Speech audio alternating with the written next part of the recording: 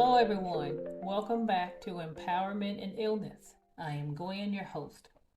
I often scroll social media to find interesting people to tell their story.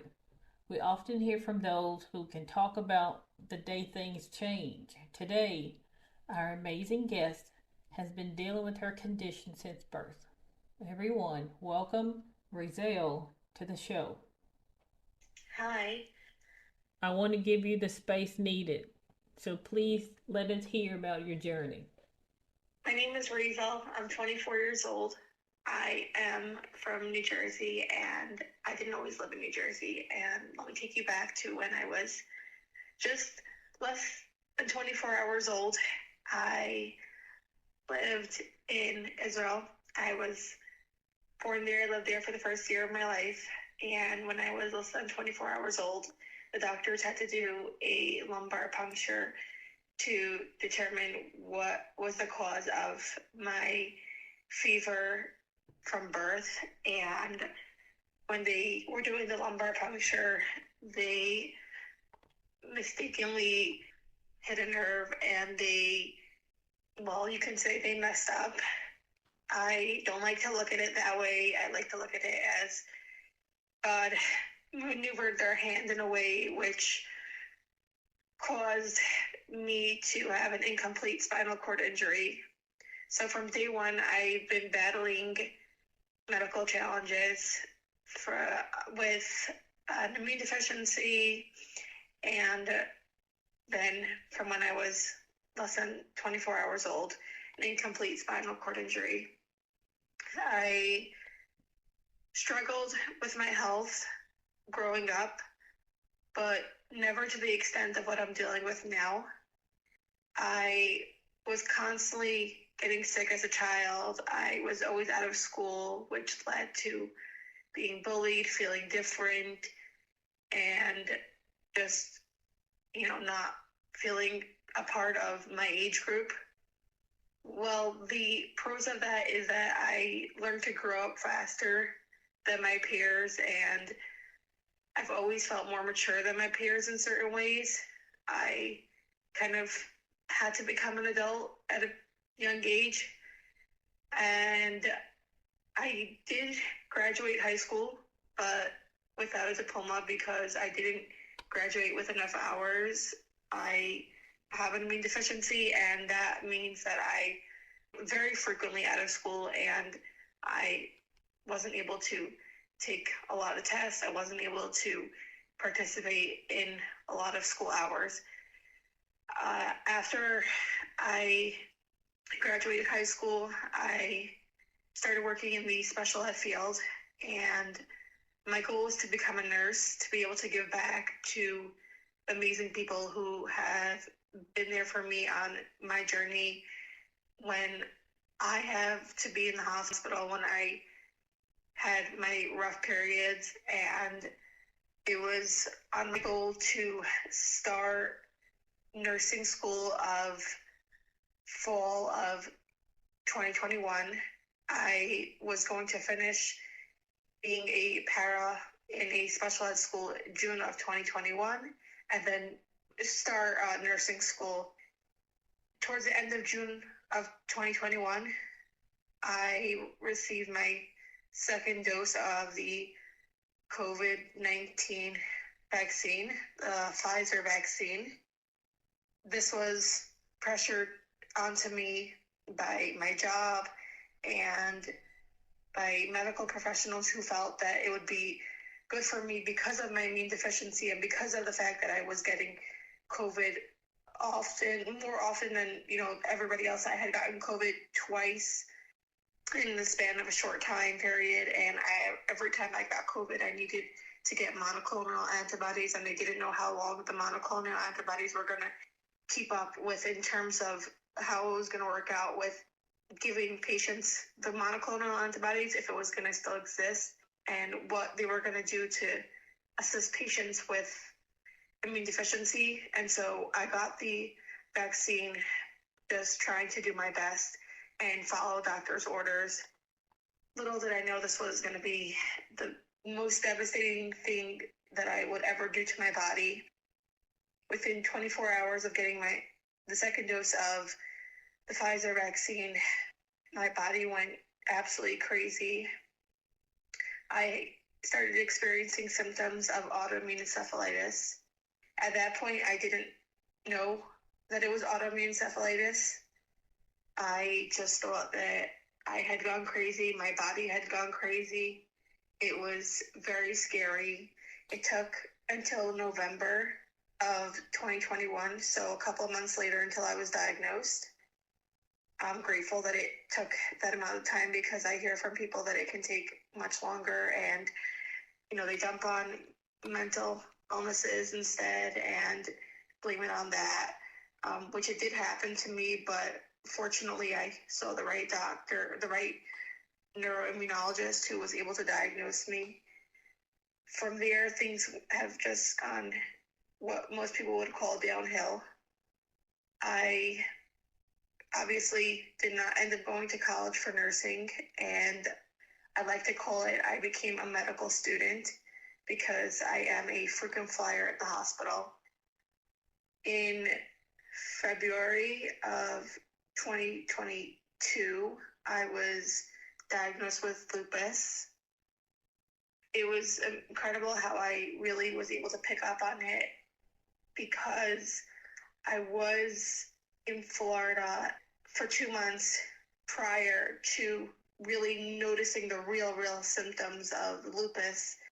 And during that time in Florida, I noticed how every time I would spend even just a little bit of time out in the sun, I would get this really bad rash. And it was just, this was so not me. Like, I don't have pale, fair skin, and my joints started hurting. I was very lethargic. It was just very clear that something more was going on than autoimmune encephalitis. It took, also a whole nice couple of months until I saw the right specialist, saw the right rheumatologist, and I was diagnosed with lupus. And I'm really grateful that they caught it pretty early, and that is currently being managed and controlled as it comes, as flare-ups come. If I thought that was, enough, going through what I've just shared, things were just about to get harder. During this whole time, I was having a lot of muscle spasms, tingling in my legs. Something was not right. I couldn't pinpoint what was going on. I went to the hospital New Year's of 2024, went to the ER, and I said, I'm not leaving the hospital until you all figure out what's going on with my body. There's something really wrong. It is more than autoimmune encephalitis. It is more than lupus. It is more than my past medical history, my, immune deficiency, and my incomplete spinal cord injury. There's definitely something more going on, and I was in a lot of pain. I hadn't slept normally in 2 nights. I was just a wreck, and I said, I'm not leaving here until there's something, till I see a neurologist and there's like some answer. Thank God I was connected to a neurologist, and after a lot of testing and a lot of trying to figure out what was going on, I was diagnosed with CIDP. It's a rare neuromuscular disease. That is how they best explain it is sisters to MS, multiple sclerosis. CIDP stands for chronic inflammatory demyelinating polyneuropathy. I've had 2 relapses since February of last year. I just recently had a very big relapse. I was in the hospital for 17 days, and then this is from December 22nd of this, just now, December 22nd to January 6th, I was in the hospital, really not doing well. I had another lumbar puncture to see what the status is, and the inflammation was really not great, to say the least. and I was treated in the hospital. I also had a spine surgery to try to help with the spasms. I literally watched my body become a ghost of itself. Every time I have a relapse, it's just kind of feels hopeless. Like, will I ever get back to myself again? And then, I slowly see my body returning somewhat back to itself. And then, I go from the hospital to rehab, and then it's like, there is light, there is hope. There's also that fear of, when will my next relapse be? When will I not be able to do the things that I want to do? When will I be stuck in the hospital for endless days and nights and weeks, battling and fighting for my life? It's really a lot of mind over matter that I've had to put through with myself and take a whole new turn on life.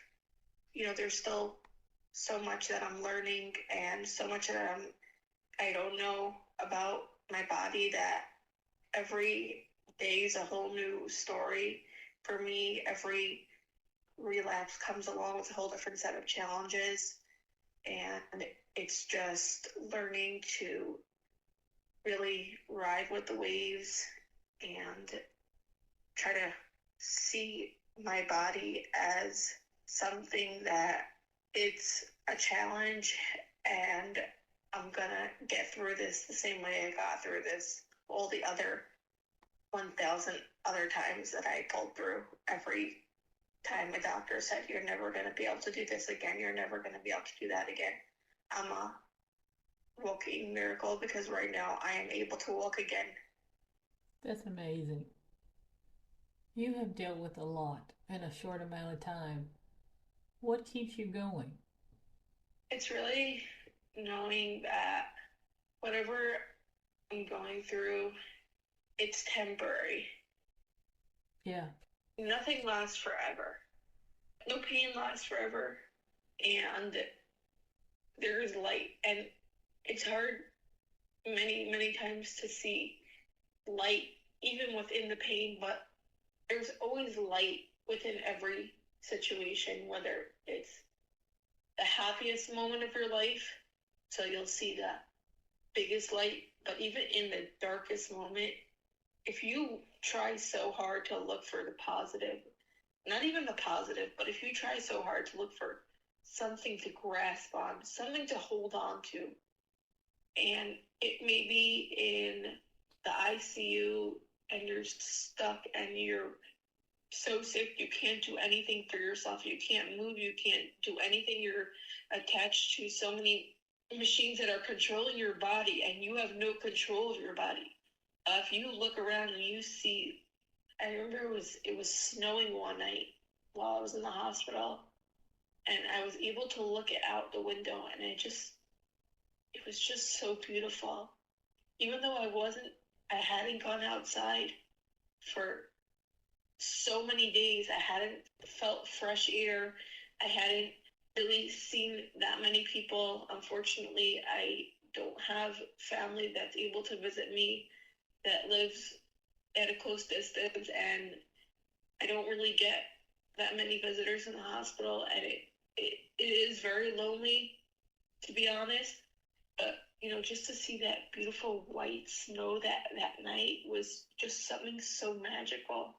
And when you can look at the small things, they really are not small. They're big and they're bright, and that's hope. Absolutely. That is It's hope. all mind over matter. When you were growing up, did your parents tell you anything about being disabled? I always knew that I was different from my peers.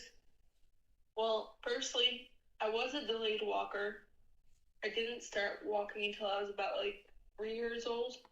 And when I did actually start walking, and even today, I don't walk like, I guess you can say, your typical average person.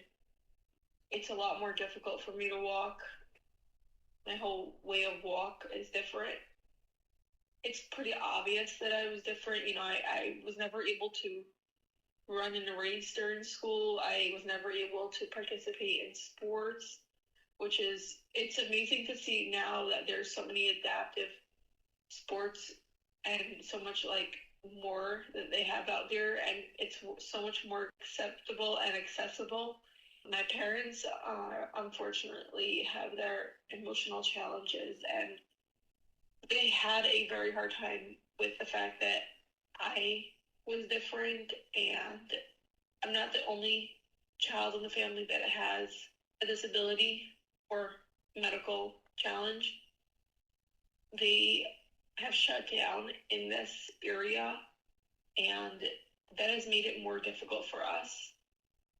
Me and my sister right under me both were born with, at birth, medical challenges. We both found our own way, our own path towards discovering how to cope, but it's difficult when parents can't accept their child or their children's disabilities and medical challenges, because it just makes it harder and the situation more difficult. If I could give a message to any parent out there who has a child, teen, or young adult, accept your child for who they are, because it's hard enough for the person to go through the illness, and for them, all they want is that love, care, and that support. The support is so important, because when you have that understanding that your family is gonna fight for you and they support you all the way, then you just want to keep pushing. You want to keep proving that you can do more, and you can do more and more, and you know that you're not alone in it, and that you have a team. You're part of a whole army. It's not that you're sick. It's that there's an illness, and the whole team together is fighting the illness. And I wish I had that. And I wish that my sister had that. And I think that it's something that needs to be said out there. And I'm sure I'm not the only one who experienced the lack of support. I don't blame my parents. Every person has a different way of coping with situations, and it's very difficult to watch your children who are not like the rest of their peers and are sick or disabled. And I've learned that people think disabled is a bad word, and it's really not a bad word. Disabled just means that you have a different set of challenges. It's like if somebody has blonde hair, they have beautiful hair. They didn't do anything wrong because they have blonde hair. So why look down at them? If somebody has a disability, they didn't do anything wrong. So why look down at them?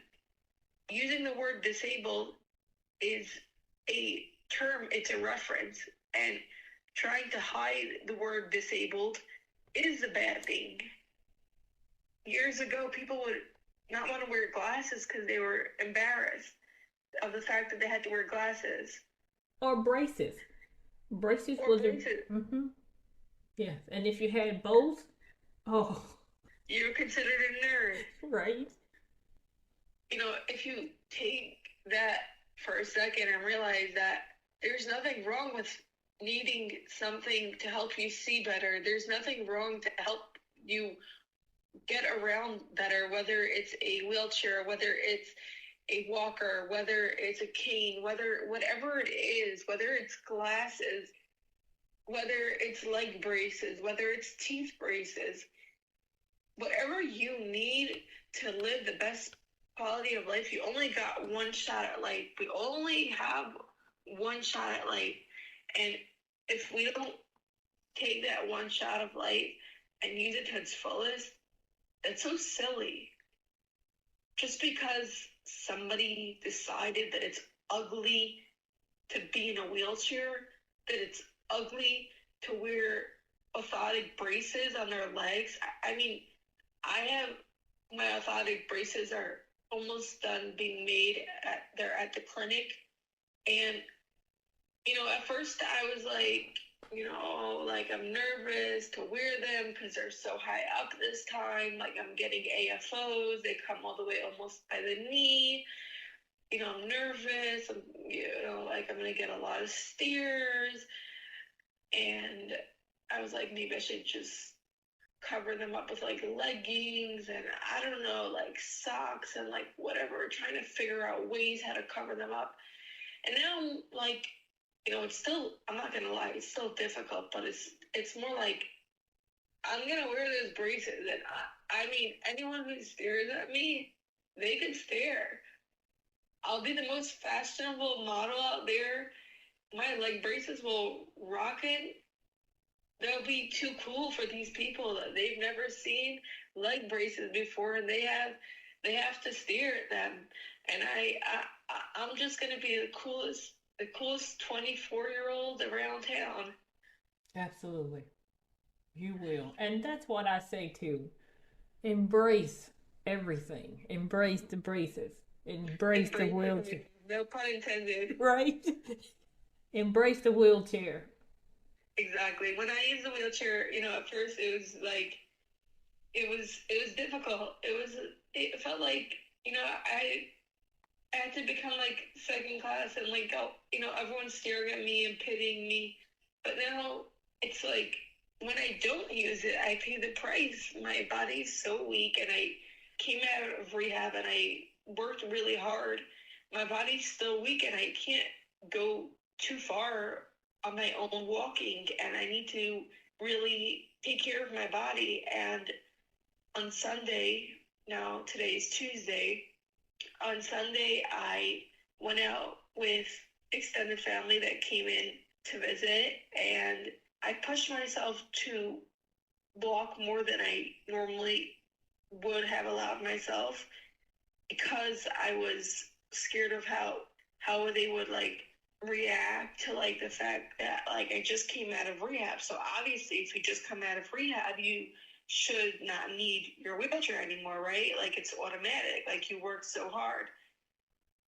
But they don't realize that it's not just about learning how to walk again, it's also your physical stamina. And I've been exhausted since then, and I've been paying such hard consequences for it. And I keep telling myself, next time I go out, my wheelchair, well, I like to name everything, so either Peter or Hot Wheels is coming along with me because, if my doctor said I need a wheelchair, I need to follow my doctor's orders. I should not be following the fear of social norms.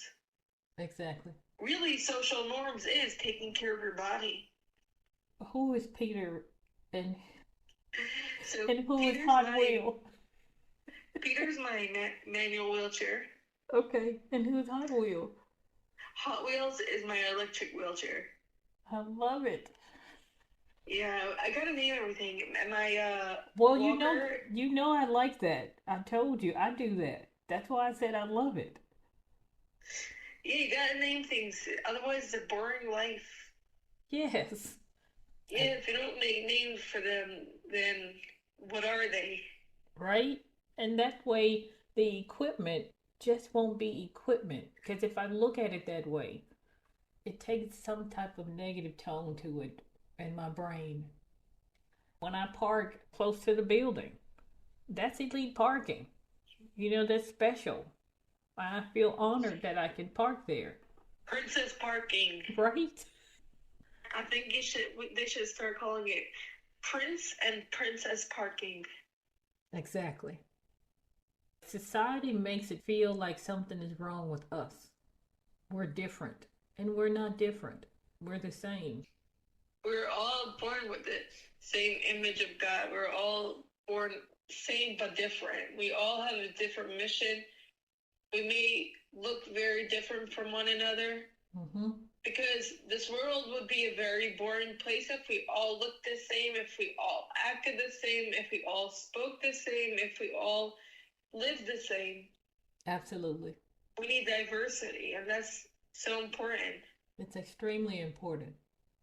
The more that people come out and share their differences and what makes them unique and opens up to what their journey is, it just shows how cool this world is because, if everybody had the same brown hair, the same brown eyes, the same 2 feet, the same two hands, the same height, the same weight, we all just be Playmobil or Lego Man. Mm-hmm. It's you again. You look the same.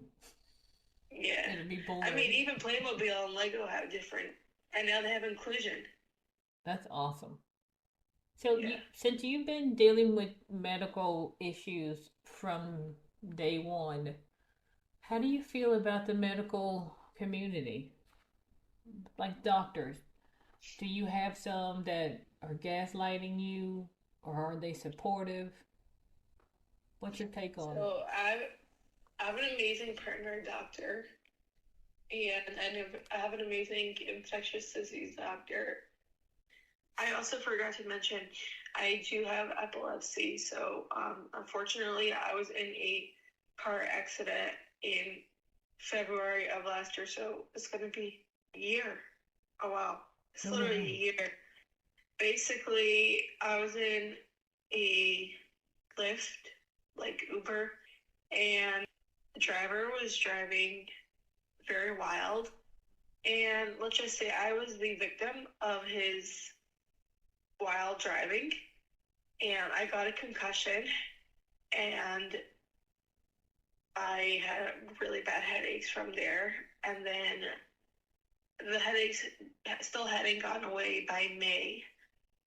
It was still a little cold outside, but just enough to get out to the beach. I live near the beaches, and I was with my wheelchair. I was with Peter, my manual wheelchair, and I had just learned how to do wheelies with my wheelchair, and I thought it would be cool to try it out on Instagram Live on the boardwalk. And I was on Instagram Live doing my wheelie, did my first wheelie, fell backwards, hit my head in the same spot on the main beam of the boardwalk, got a double concussion.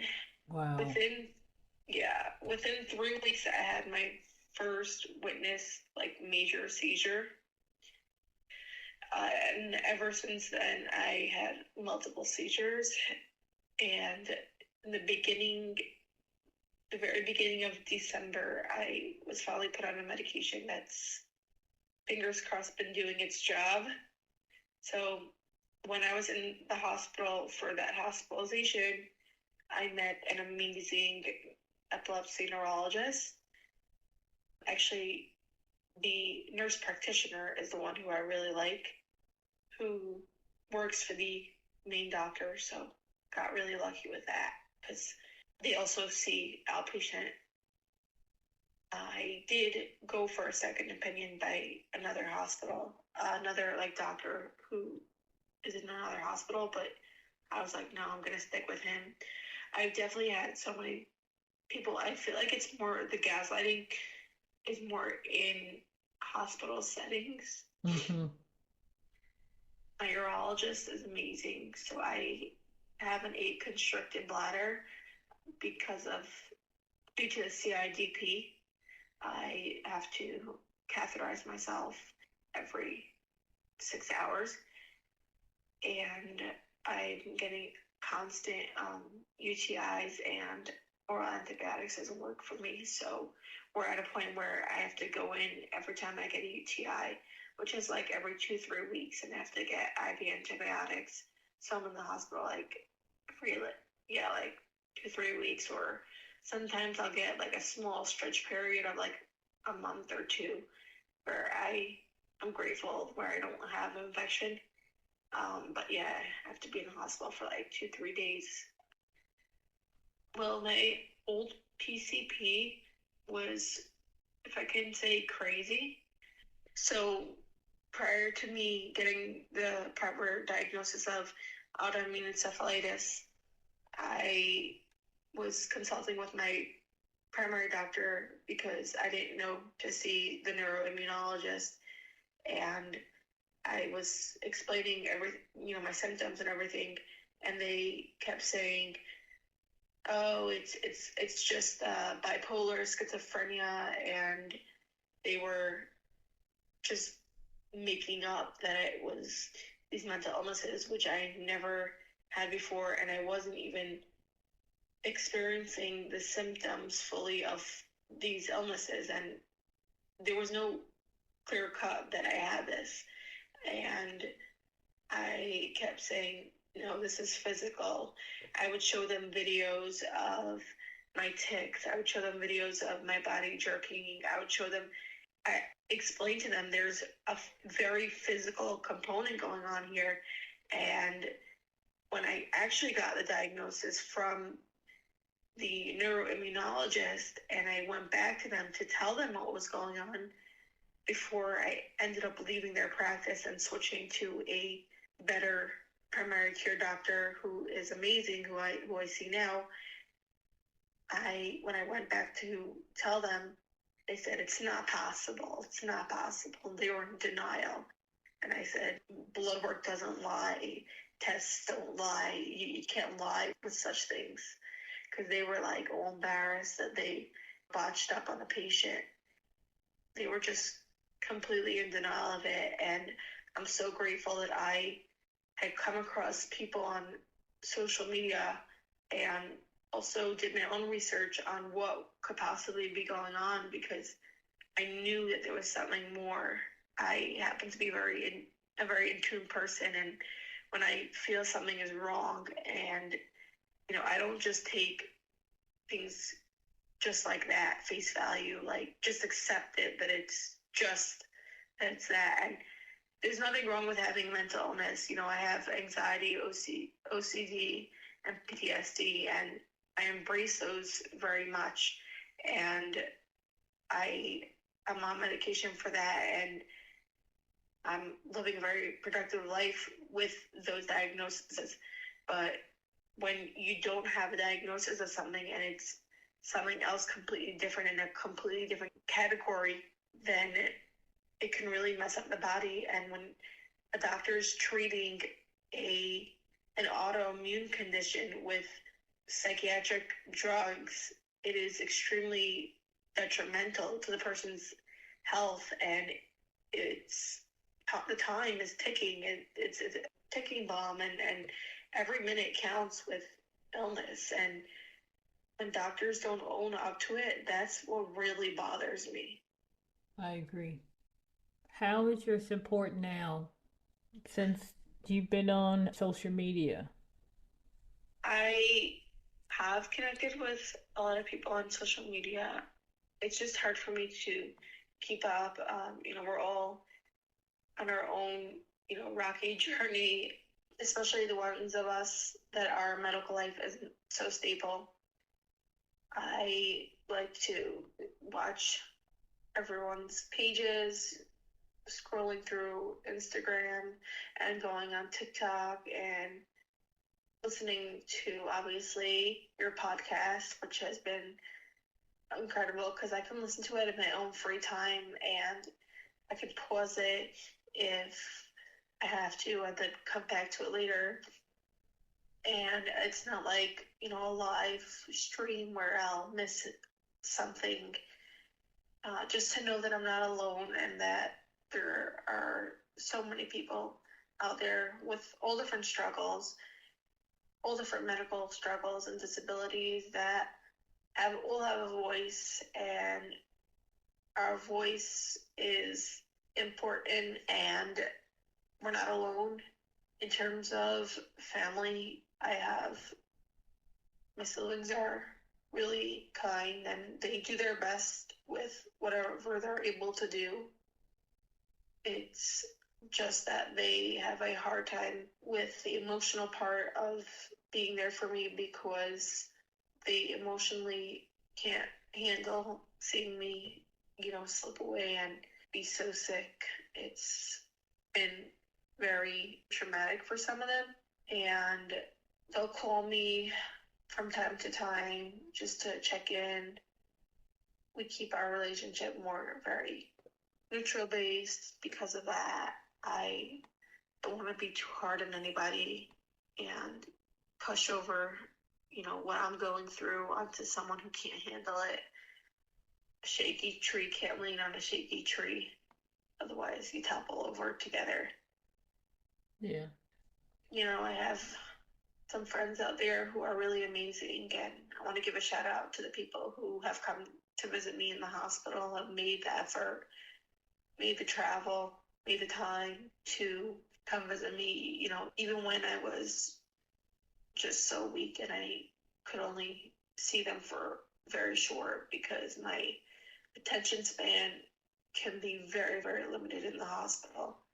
Just a 5-minute visit takes a lot of energy out of me at times, and sometimes I wish I had a bigger support system, and I wish more people in my life would be understanding towards what I'm going through. But it's also hard for me sometimes to open up to what I'm really going through, and also the fact that my parents have a hard time accepting my lot in life and what I'm going through. From what I've heard and learned is that it's harder for a parent to see a child so sick than for the child themselves to see themselves so sick. And that's what I just hold on to because that's the only way for me to understand. And I just believe that everybody has different emotional capacities, and it's never anyone's place to judge. Yep. I also want to make a disclaimer. I love my family. I love my parents. Just because people have emotional challenges, and I will never judge my parents. I will never judge them for how they accepted the different things that their children have gone through. I respect them and I love them. And I want you to know, I don't judge your parents, and I'm sure there are a lot of other people that won't judge your parents. Being a parent, it's a difficult road to walk. There are some challenges that we have to go through, and sometimes, we do the best that we can with what we got. When we know better, we do better. I really hope that if I can touch one person, this podcast is so incredible and so worth it. And I'm feeling so blessed that I was able to be on here. I love your attitude. I do. Thank you. I always have. Thank you. I've seen you in Blanket on live, and the way that you all laugh, even though she's changing her tubes, and you're sitting there, and I swear the two of you are just extremely funny to me. And I think it's great that you can laugh in spite of. That's what I like. That's what I look for. Yeah, and I feel like I'm talking about as in like people who have struggles, and more specifically with illness, we've become more authentic and genuine and real people. And I wouldn't exchange anything in the world for who I have become today. Yes, I would never want to be sick. Yes, I would never want to have the disabilities and the challenges that I face and the pain that I go through and everything that I go through that I even shared or touched on here, because there's so much to my life that we'd be here for forever. But I would never exchange all of that for the strength and the maturity and the courage and the person really that I am today. Not despite, but because of the challenges that I've been through, and because of the fact that I fought for my freedom, I fought for my health, I fought to become the better me, I fought through every single battle, through every single triumph and victory. for all that, I fought for that. I fought so hard. And if I didn't learn how to cry, I would have never learned how to laugh. And emotions goes both ways. And if you can't cry, you can't laugh. And I'm grateful for the person that I am today. I always have to remind myself this, especially in the dark, dark times, when I'm really struggling in the hospital or in rehab pushing for physical therapy, because so many doctors have told me give up on walking because you're going to constantly relapse and there's no point in pushing. Just stay in a wheelchair the rest of your life, and then it will just be easier for you, because every few months you're going to be in rehab and it's just so draining. And I said, no, I want my freedom. I'm 24 years old. I want my freedom till the day I can't have my freedom.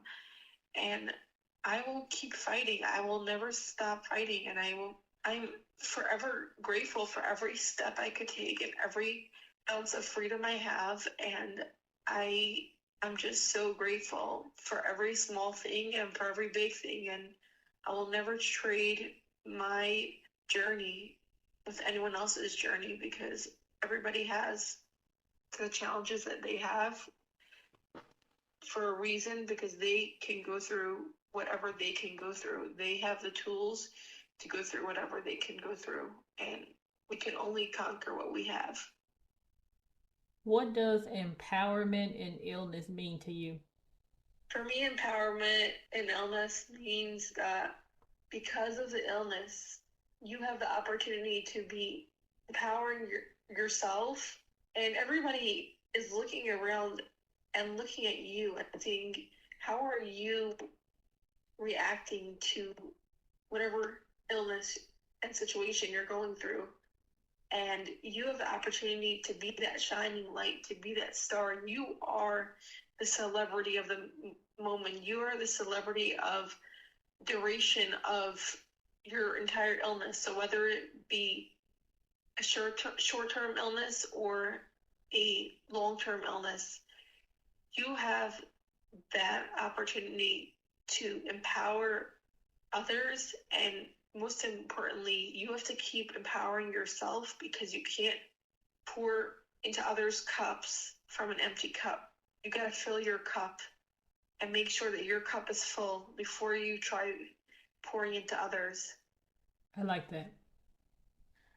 Thank you for coming on today. I really appreciate you telling us your story. So let everybody know how they can reach you.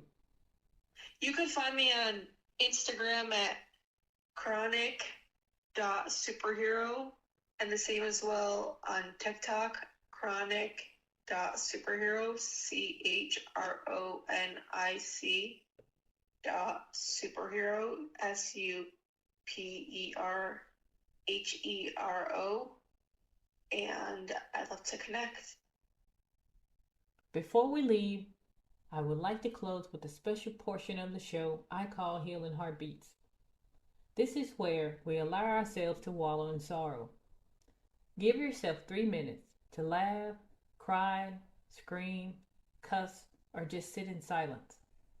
Whatever you need to do to feel it, do it. Let the depression in for only 3 minutes. Once you've reached 3 minutes, compartmentalize it and get back to living. This is a rinse and repeat behavior. You cannot let depression take over, because when it does, it will not let go. When we hear about the passing of someone, they have the day they were born and the day they passed away. There is a dash in the middle. It's not a long line, but a short dash. That dash represents your life. Go live in spite of having a chronic illness. Don't let your condition stop you. Thank you for joining me today. I hope Raizel's story resonated with you. Her resilience and tenacity are a beacon we can all follow. Until next time, remember, you have the strength, the heart, and the support to continue your journey. Be safe.